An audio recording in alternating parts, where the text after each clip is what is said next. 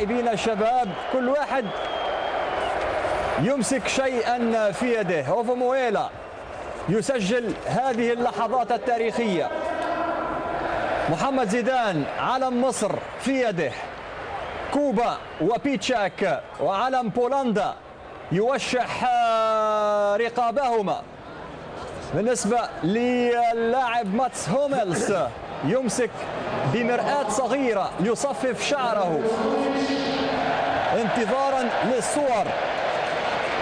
راوبال أمامنا رئيس رابطة المحترفين، وهو الذي كان في السابق رئيسا لبوروسيا دورتموند، هو الذي سيوشح اللاعبين.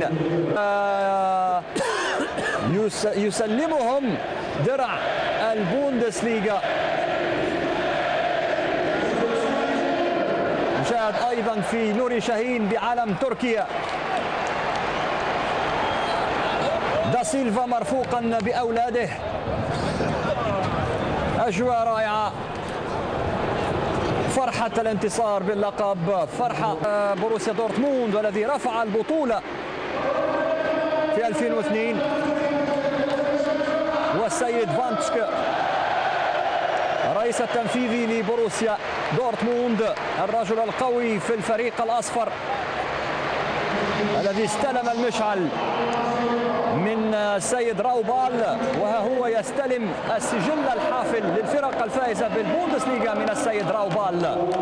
رومان فايدنفالا قائد الفريق، ونستمع في الميكروفون إلى صوت نوبي ديكل الهداف الكبير لبوروسيا دورتموند، وهو المسؤول على الاحتفاليات في الملعب الذي كنا التقينا به منذ أسبوعين. وحاليا اللحظة الحاسمة، دورتموند بطل الموسم 2010-2011.